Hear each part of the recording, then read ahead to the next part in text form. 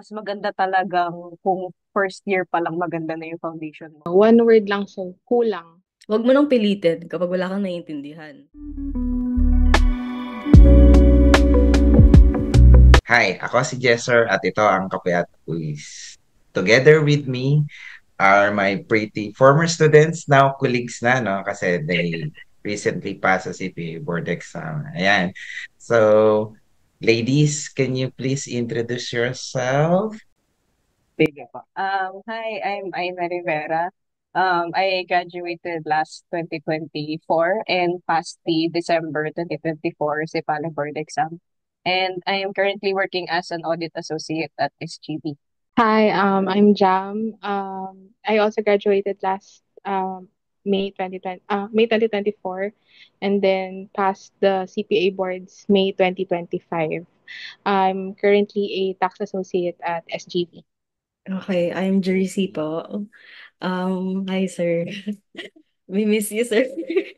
So I graduated last year then, July 2024, and I passed the CPA licensure exam no May 2025. So for now, I was encouraged by my family to take a long break. So bumabawi muna ako sa sarili ko. Puro pahinga muna, but I plan to work din sa audit firm after this phase. Mukhang matindi yung pinagdaanan niyo for CPA board exam eh, no? So, kailangan talaga matinding pahinga. Anyway, the goal of this meeting is for some of the students na naghahangad ng CPA title na baka nadadown na sila, yung foundation nila hindi ganun kaganda, then compared dun sa ibang mga kaklase nila na parang ang galing. No? So, kamusta sa sarili nyo yung foundation nyo during undergrad? Okay, sir.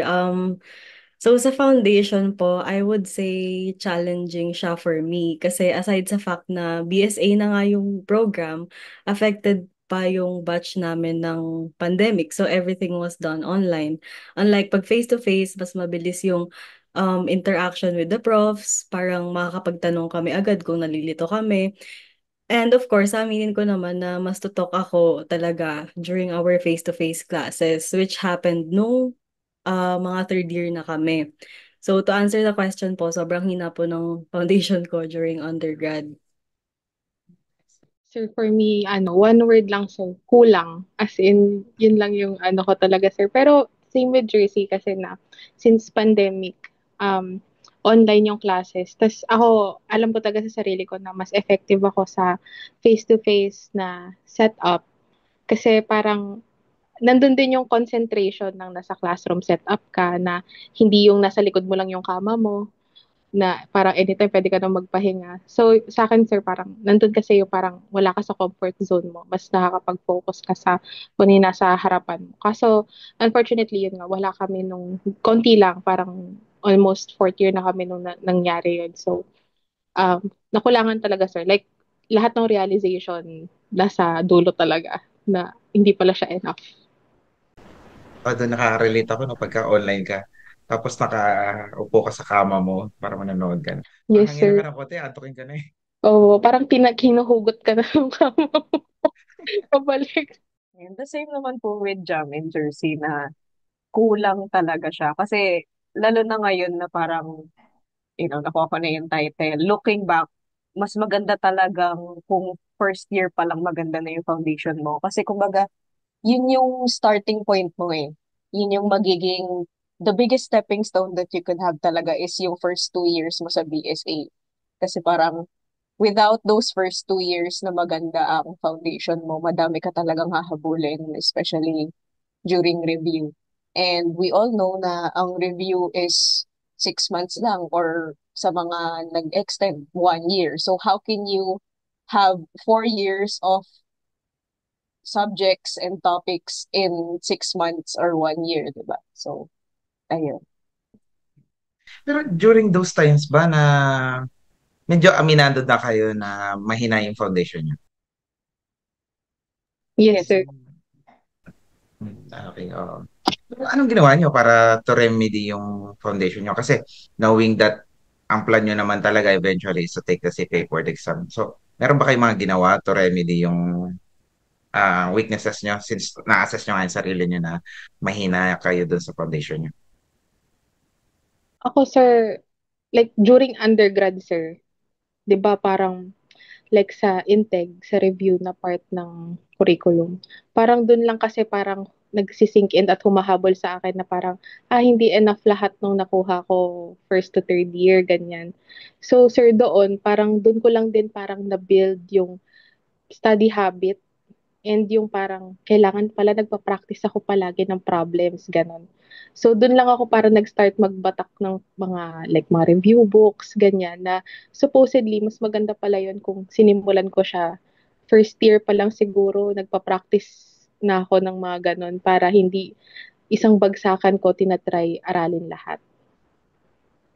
Same naman po with Ate Jam. Parang ang nangyari po nun, bale puro bili na lang din po ako ng review books. Tapos, nag-enroll na rin po ako sa undergrad na review center. Buti nga po merong ganun. Kasi sobrang laking tulong din po since alam ko po, too late na para i-remedy.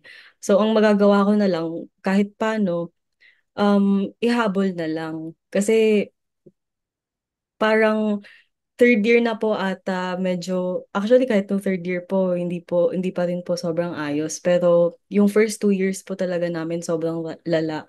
So yun na lang po yung nagawa ko for review books lang po. Tapos puro self-review na rin po halos. For me naman po, sir, lalo na nung nag-face-to-face kami, it's good to have a good support system. Kasi kumbaga, nung third year, ayun, ako, si Ate Jam, si Jersey, and Therese, lagi kami nasa library. So, kumbaga parang, it's good to have people around you who are also willing to help you kasi parang kayo-kayo na lang din yung nandoon eh. Sama-sama kayong naghihirap, sama-sama kayong nababaliw sa problem. It helps to have people to support you kasi mas nagaganahan kang mag-aral kasi at the same time you're not only helping yourself but you're also helping other people. So yung naging pangbawi ko na lang siguro talaga for me is having that support system nung nag face to face na. Oh, so malaking bagay talaga yung face-to-face eh. Kasi sa face-to-face magkakasama na kayo, di ba?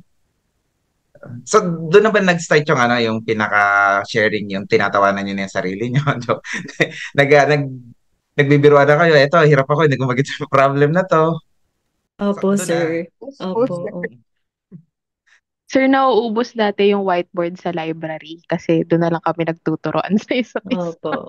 Ay, okay, oo, maganda. Pero, actually, advantages yun, no? Nagtuturoan kayo sa isa't isa kasi it helps you develop yung critical thinking. Tsaka yung, nahanap mo yung ano eh, yung mga points na possible maging trick sa mga questions sa board exam, diba? Okay. Ayun, marami nagtatanong sa akin. Eh, syempre, tax yung subject ni Sir Jesser. So, kamusta yung tax nyo na undergrad? So, though I think medyo nasagot nyo na kanina, sabi nyo kasi since online, ganyan, no? So, tama ba? Medyo mahina yung foundation niya. So, paano yung ginawa yung preparations for during the board exam para ma-conquer yung subject and then para ma-remedy during dun sa review sa intake na, di ba? Um, for taxer, ang pinaka-inuna ko talaga is yung mga hindi, yung mga hindi na-touch nung first 2 years. Kasi, di ba, parang, gaya nga nung sabi namin, hindi talaga maganda yung naging foundation namin and yung learning talaga hindi ganun ka-conducive para sa akin. So, um, buti na lang nung mga around third and fourth year, meron kaming naging magaling na professor na kung saan tinouch niya muna yung mga topics na hindi masyadong na-explain sa amin tulad ng VAT and OPT. Kasi I think nung first 2 years, parang ang na-discuss lang sa amin at the time was income tax and business tax pa lang. And then very, very, very little lang yung na-touch dun sa VAT. So parang um, maganda yung naging, I should say, strategy nung professor namin na yun. Kasi baga parang na-catch up din kami in a way. So, ayun. Yun yung una kong ginawa is to catch up on the topics na wala talaga akong alam or never ko narinig in my life. Ganun. Sir, sa akin, ano po, well, help din po ng review center, of course. Kaya parang pagdating sa review ng tax, ang ginawa ko talaga, sir, more on ganito eh. Parang naghahanap ako ng mga comprehensive na problems na parang pwede niya nang matouch yung every little bit ng, for example, sa income tax. May mga problems kasi na Q1 to annual return, ganun, na matatamaan mo na lahat. So parang sa akin, mas nakakatulong yun kasi yung isang pasada ng problem na yun, parang ang dami ko nang na-cover. Tapos sir, nakakatulong din sa akin, index cards. Feel ko ever since yata, yun na talaga yung parang naging takbuhan ko kapag kunyari may mabilisang recall na gusto kong gawin, index card. So parang sa simula pa lang, tinatry ko na i-build yung index cards ko unti-unti hanggang sa dumami sila. Tapos yun na lang yung binabalikan ko eventually, sir. Effective pala yung index card. Kasi ako gumawa ako Manila paper eh. Eh, hindi effective. Kasi dinikit ko sa tubi ng TV. Pero sir, sa dami po ng tax, pang Manila paper po talaga dapat.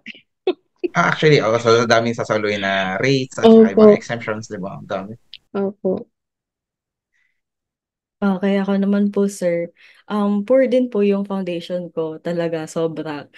So, parang yung tax yung subject for me, na literal marinig ko pa lang, gusto ko na mag-shift. Kasi alam naman natin, in a way, parang iba yung mundo ng tax sa accounting, di ba? Medyo nagkakalayo sila.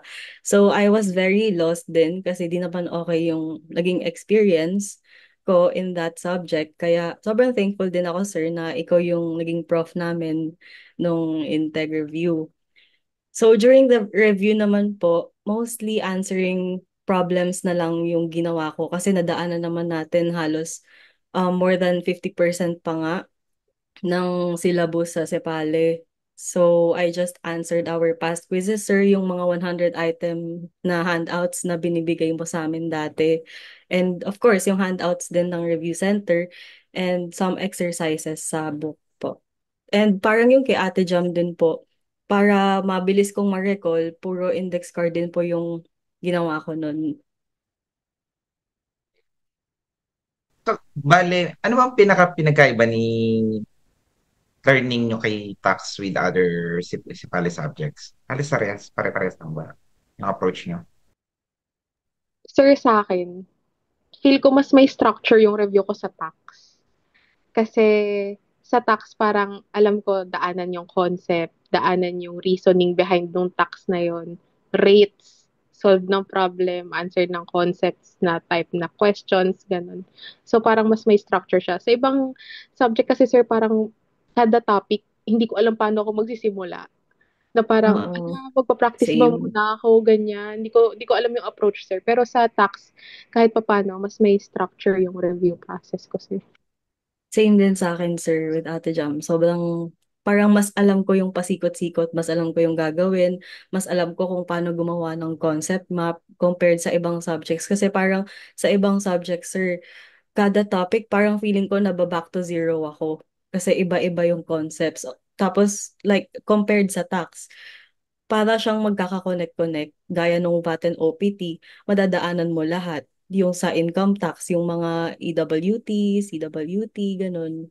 Mas structured din sa akin, sir.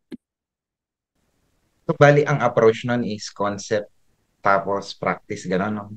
Ah, Opo. Ay na. Same lang din po with Ate Jam and Jersey. Kasi, kumbaga sa other subjects like FAR, di ba, parang a lot of them comes from a conceptual framework na kumbaga merong GAP, merong IFRS, tapos let's say wala sa standards, pumunta ka naman sa conceptual framework. So there's a lot of parang subjective thinking, whereas sa tax kasi eto siya, you have revenue, you get taxed. You sell something, you get taxed. Tapos itong percentage na very straightforward siya as compared to let's say audit, 'di ba? Kasi yung audit parang a lot of the topics sa audit more on professional judgment, very like lalo na yung mga risks kasi there are some, I mean, ngayon working as an audit associate, no. There are numbers na kung saan pwedeng material sa ibang tao, pwedeng hindi material sa iba. Whereas sa tax, eto siya, eto yung numbers mo. Very, very straightforward lang si tax talaga, sir, compared sa other subjects. Meaning to say, pati sa AFAR, medyo diskaril din yung ano, yung concept mapping nyo. Yes po, sir. Oh, kasi ang daming topic na hindi interrelated eh. Hindi tulad kay tax talaga, parang tahi-tahi siya eh. Yes, sir. Yung sa AFAR naman, sir, very, kasi di ba parang magsa-start tayo from FAR. So, normally sa FAR, ang recognition ng revenue is pag nagbenta ka, straightforward, nagbenta ka, meron kang revenue. Whereas pagdating mo ng AFAR, ay, may kailangan pa palang contract, may kailangan pa palang ma-perform, tapos pwedeng point in time, pwedeng overtime, di ba? So, parang Yes. may iba pa palang recognition of revenue other than yung natutunan mo sa FAR na you sell, you have revenue, meron pa pala. So parang very, ano siya, nakakagulat. Hindi, pero lahat naman kayo nag-review, di ba? Ayan, so. Paano ginawa niyo review? Is it hybrid, online, o face-to-face? Hybrid, sir. Ako Yung din, first sir, hybrid. first review ko hybrid, sir. Pero itong pangalawa, nag-self-study na lang ako. Online na lang. Oh, same. Yun lang din sa akin, sir. Si Aina. Na hybrid din po, sir. Hybrid din. Pero Pero, mostly face-to-face. okay. Paano yun ba? Pag nag-enroll sa review center, kunwari hybrid, may choice ka kung kailan ka attend ng face-to-face class? Opo. Pero parehas bang, kunwari for this day, may schedule for this day, parehas may online tapos meron ka ding option ng attend ng ano, face-to-face? Opo. Maganda pala yung hybrid. Okay.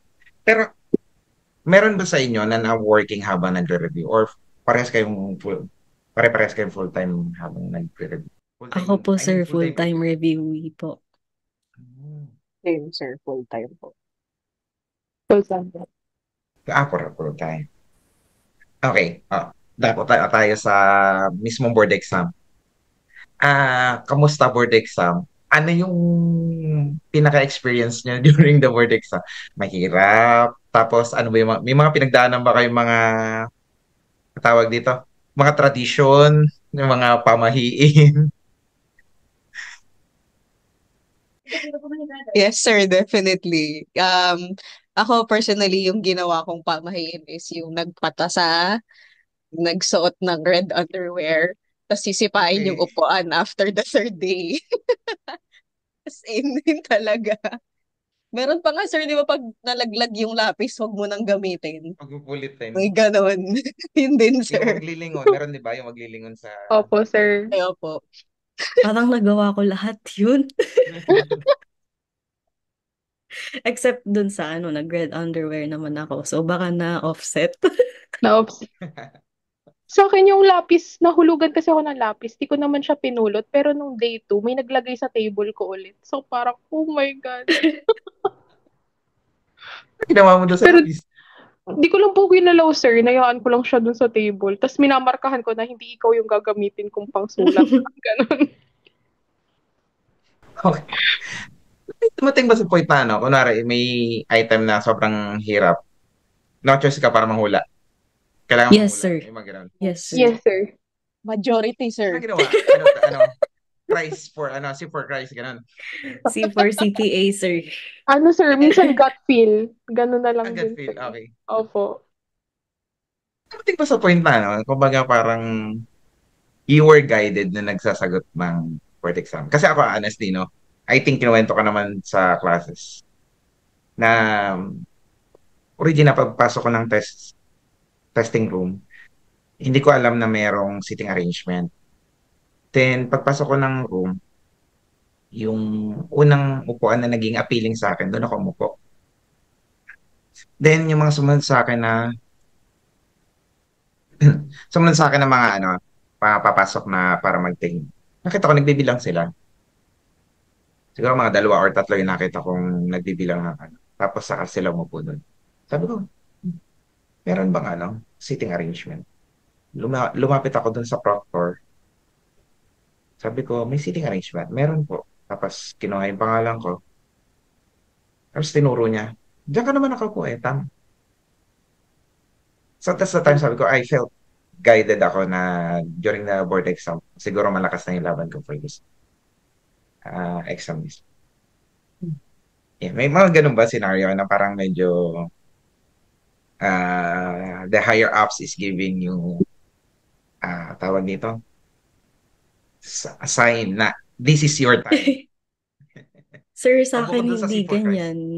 Ay, hindi ganun. I mean, hindi naman yung during the board exam, pero meron pong sign kasi parang after nung third day, parang na lang ako maiiyak kasi parang sabi ko, dapat na ba ako mag-prepare sa second ano ng review ko kasi sobrang di po ako sure nun kung papasa ako kasi sobrang hirap nga nung FAR tsaka AFAR. So, sabi ko kay Lord, bigyan mo ako ng sign, Lord, na dapat di ako mag-overthink, na sana i-enjoy ko na lang yung remaining days before yung result. Tapos sir, pag grab kami nun pa uwi, kasi galing po kaming Manila, nag-dorm po ako dun. Paglagpas ko ng isang building, sakto after thinking that nabigyan mo ako ng sign, biglang may nakalagay na Bible verse sa sobrang laking parang billboard, verse na Matthew 28 verse 20, I am with you always. Tapos, the following Sunday, nagulat ako, yun din yung nakapaskil sa church namin, I am with you always. Tapos, sir, literal, goosebumps ako nun. Sabi ko, okay, sige, thank you. Di na ako kakabahan. Tapos yun, totoo nga. Kaya yun na yung ilalagay ko ngayon sa ano ng car ko, sa likod ng car ko. Matthew 28 verse 20. Niniwala ako dun, sir. Goosebumps nga ako eh.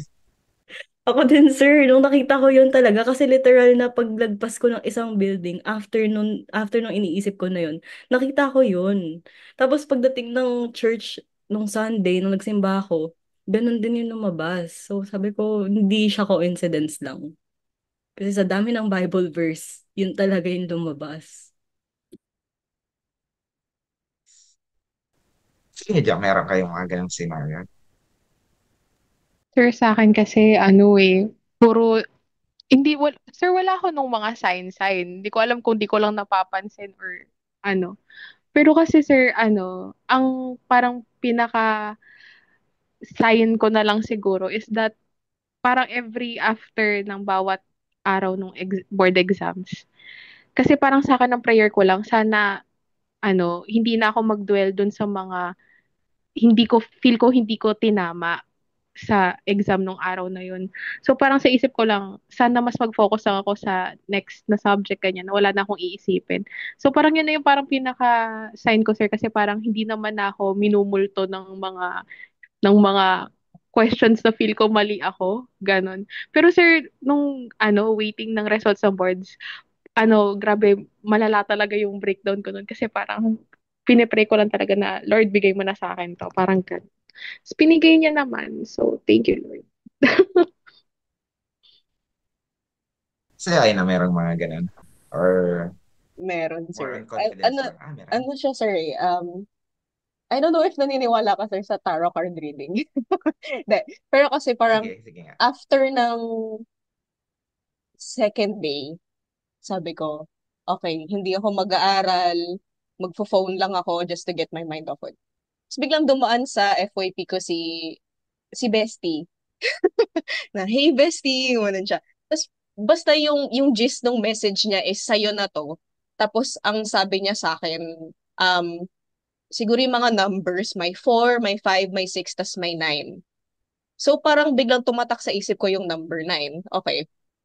Tapos, nung third day, nung pabalik na ako dun sa transient namin, may nakita akong plate number ng sasakyan na nakalagay 999.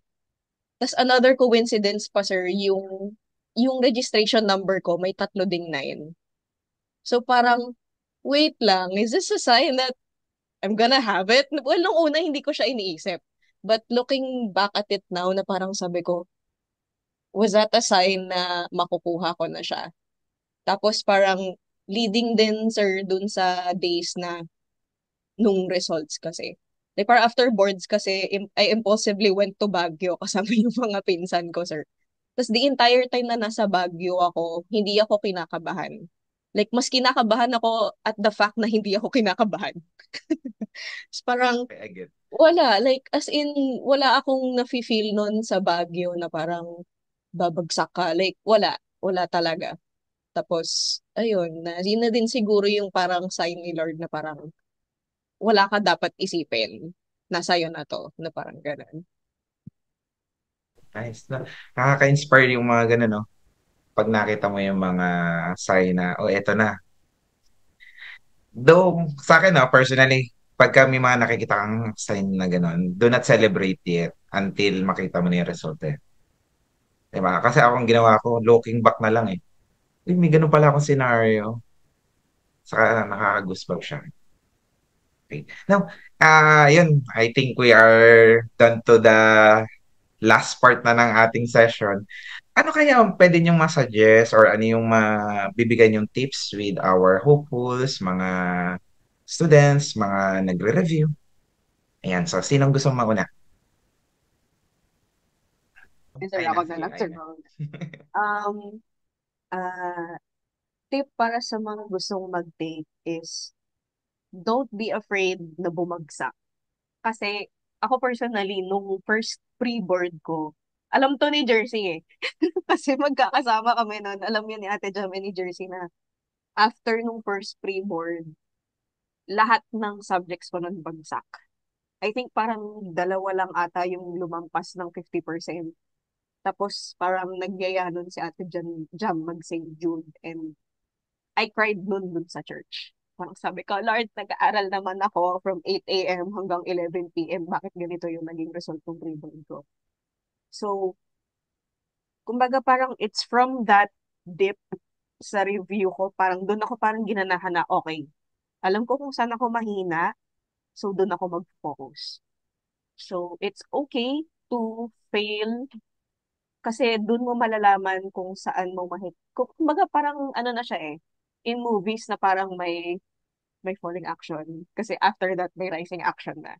So parang, it's totally fine to fail. It's okay to cry. It's okay to break down. Kasi at the end of all of this, lahat ng paghihirap mo, it will, ano naman, magbubunga naman siya into something na pinagdarasal mo or yung kinagugustuhan mo. So, okay lang bumagsak. Ano lang eh, no? Sa artista, papabugbog ka muna bago sa climax ikaw yung mananalo. Ayan, Jam? Sir, sa akin, medyo similar kay Aina, sir. Kasi favorite ko yung quote na, um, ano yun?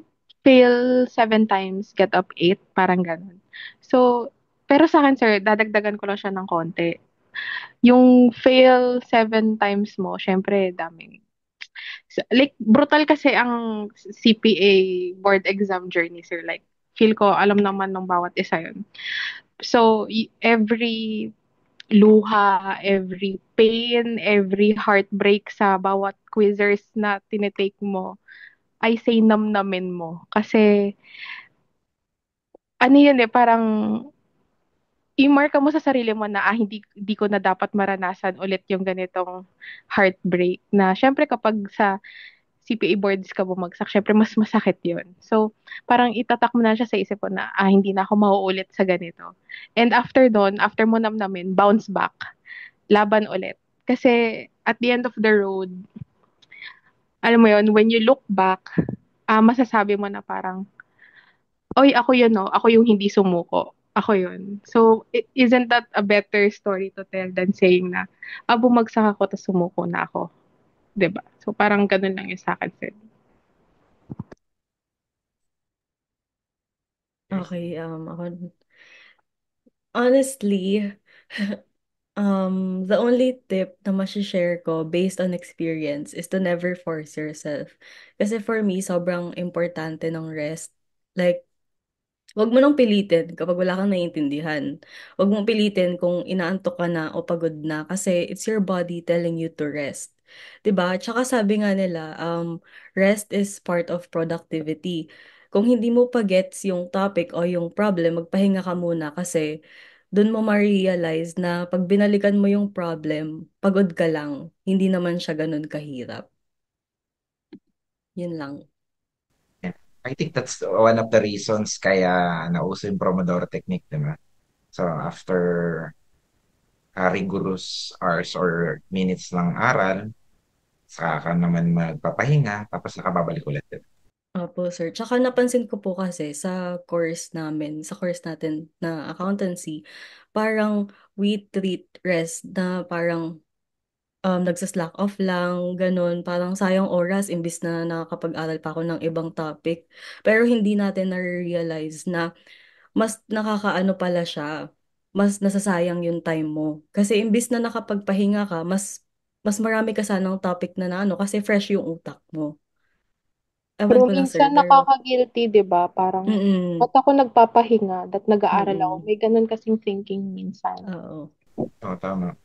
Minsan nga parang ano feeling mo, parang hindi ako efficient kasi nagpapahinga ako.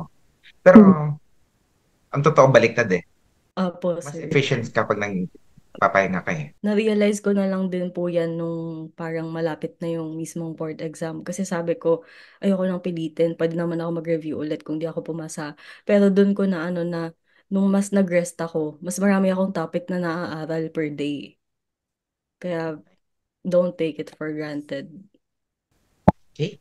Yan, so, do you Sir, have may add lang something din to add? pala ako. Sige, sure. Ayan. One of the things na nagdala din, kasi parang may isang reviewer nun sa CIPAR na parang sabi niya sa amin nun, 90% of the time, yung unang sagot mo is the correct answer. So, it's good to have confidence in your ability. Kasi, ikaw lang rin naman nakakaalam kung ano yung inaral mo. Ikaw lang rin naman nakakaalam kung ano yung alam mo. 'Di ba? And so, trust yourself din pagdating sa pagsasagot ng questions. Kasi I know na there are a lot of students out there na dinadoubt nila yung ability nila to answer a certain problem, a certain question.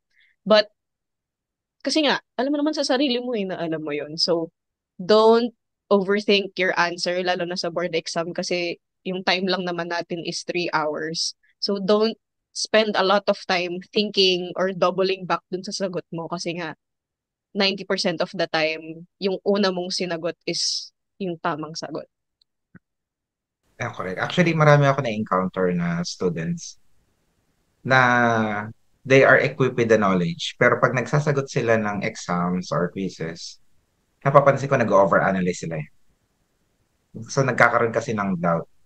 Though, may intindihan mo yan kasi may traumatic experience kasi there are some professors na mahigpit sa exam, na lahat domino effect, lahat kailangan mo i-consider. Pero sometimes pagka magsasagot ka ng exam, pagka yung unang sagot na pumasok sa iyo I think yun na yung tama eh. 'Di ba? Sabi ko nga lagi wag mong papalitan ang una mong hula ng isa pa pang hula. No, papalitan mo lang siya kung siguradong sigurado ka dun sa ipapalit mo. Yun eh. Yan. Do you have something more to add? Sir, last na. Sure. Yung mga gustong maging CPA dyan. Tandaan nyo, matindi CPA pero mas matindi kayo. Huwag kayo papatalo. True. Laban lang. Alright, so with that, now, maraming salamat to our beautiful ladies, Aina, Jam, and Jersey. Thank you for giving insights dun sa mga hopeful na CPA. And again, this is Thank you din, sir. Kape at Buwis. Maraming salamat, ladies. Maraming salamat, viewers.